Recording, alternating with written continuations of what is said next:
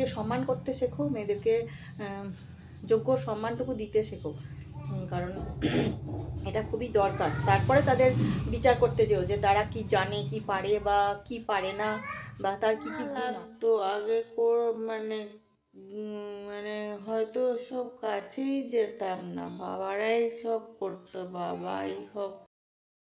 জীবনে আমি কি ছাদ পরিষ্কার করলাম, ছাদে বিড়ালে পটি করে দিয়েছে, তো বিড়ালের পটি চেঁচিয়ে বাইরে ফেলে এইগুলো ঘর মোছা থেকে শুরু করে মানে একটা সংসারে যাবতীয় সমস্ত, তারপরে টয়লেট পরিষ্কার, বাথরুম পরিষ্কার।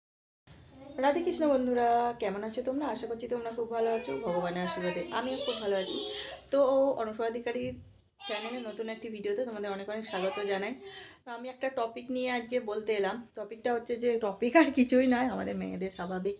তো দেখো আমরা মেয়েরা সারাদিন মানে কত কিছু করি, মানে রান্না করা, বাসন ধোয়া, কাপড় কাচা, ঘর মোছা থেকে শুরু করে মানে একটা সংসারে যাবতীয় সমস্ত কাজ।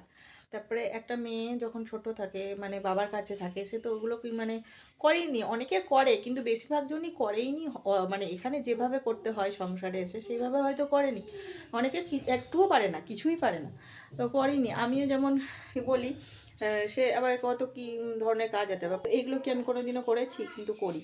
তারপরেও সমস্ত কাজ করেও যখন শুনতে হয় যে তোমার কোনো গুণ নেই, কোনো গুণই নেই, তখন তো সত্যি খারাপ লাগে। একটা মেয়ে বাবা মা সব কিছু ছেড়ে একটা সংসারে আসে, তো সেখানে এসে সেখানকার মানুষগুলোকেই তারা আপন করে নেয়।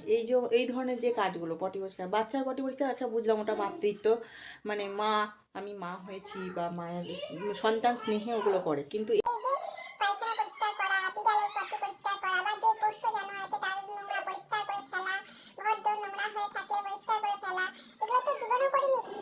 ঘেন্না লাগে না? কি ঘেন্না লাগতো আগে মানে মানে হয়তো সব কাছেই যেতাম না, বাবারাই সব করতো, বাবাই সব করেছে।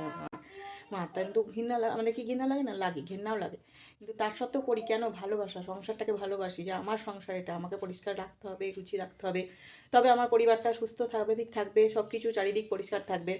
তো সেটা আমরা বিয়ের আগে কিন্তু করি না, বিয়ের পরে এসেই ওগুলো করি। তো তারপরেও যখন শুনতে হয় যে তোমার কোনো গুণ নেই, তুমি কি পারো, কিছুই পারো না, সেগুলো তো সত্যিই খুবই খারাপ লাগে। আর ছেলে ছেলেদের বা শ্বশুরবাড়ির সম্পর্কে বলছি, যে একটা মেয়ে সব কিছু ছেড়ে, বাবা মার ভালোবাসা ছেড়ে তোমাদের বাড়িতে এসে তোমাদেরকে আপন করে নেয়, সব কিছু তোমাদের কাজ করে, তো তাকে অতটাও ছোট চোখে দেখা উচিত নয়। তার সে কাজগুলো কিন্তু ভালোবেসেই করছে, কিন্তু একটা দিন তোমার অফিস পড়াশোনা নালে সে কিন্তু চালিয়ে দিতে পারবে, তোমার কাজকর্ম করতে পারবে শিখে নিলে, কিন্তু তুমি কিন্তু তার কাজগুলো একটু একদিনও হলেও করতে পারবে না, সেইভাবে গুছিয়ে উঠতে করতে পারবে না, তার সংসার সামলানো, তার বাচ্চা সামলানো কিন্তু পারবে না। তাই একটা কিছু দোষ বা ভুলের জন্য এই সিদ্ধান্ত করে নিও না যে তোমার কোনো গুণ নেই বা কোনো গুণ নেই, এই হ্যাঁ কিছুই পারো না। সারাদিন তোমাদের জন্য অক্লান্ত পরিশ্রম করে একটা হাউসওয়াইফই বলো, একটা বিবাহিত মেয়ে, তো তাকে ওইভাবে বলা মানে তাকে সত্যি অসম্মান করা, ছোটো করা। তাই আগে মেয়েদেরকে সম্মান করতে শেখো, মেয়েদেরকে যোগ্য সম্মানটুকু দিতে শেখো, কারণ এটা খুবই দরকার। তারপরে তাদের বিচার করতে যেও যে তারা কি জানে, কি পারে বা কি পারে না, বা তার কি কি গুণ আছে। আগে তাদের সম্মান দিয়ে তাদের সম্পর্কে জানতে চেও যে কি করে, তারপরে বলো যে তার গুণ আছে কি নেই। এক রকমায় তাকে একটা সিদ্ধান্ত দিয়ে দিলে যে তার কোনো গুণ নেই, এটা কিন্তু উচিত না। তো এটা আমার একটা ছোট্ট প্রতিবাদই বলতে পারো, আমার বলে নয়, সব মেয়েদেরই মাঝে মাঝে এগুলো শ্বশুরবাড়িতে শুনতে হয়, শ্বশুরবাড়িতে মানুষজনের কাছ থেকে। তারা একটা সব কিছু ছেড়ে শ্বশুরবাড়িটাকে নিজের করে নেয়, শ্বশুরবাড়ির মানুষজনদের তো এত ভালোবাসে, তো তারপরে যখন ওটা শোনে সেটা কিন্তু তার পাওনা নয়। তো তাই জন্যই একটুখানি আর কি বলতে এলাম। তো আমাদের তো সোশ্যাল মিডিয়াতে ছাড়া এগুলো নিয়ে প্রতিবাদ করতে পারবো না, পারবো না নয়, বাড়িতেও যে বলি না তা না, তবে এটাই একটা প্ল্যাটফর্ম যেখানে আমরা আমাদের মনের কথাগুলো বলতে পারি। তো তাই জন্য একটু কষ্ট হলো বলেই বলতে এলাম।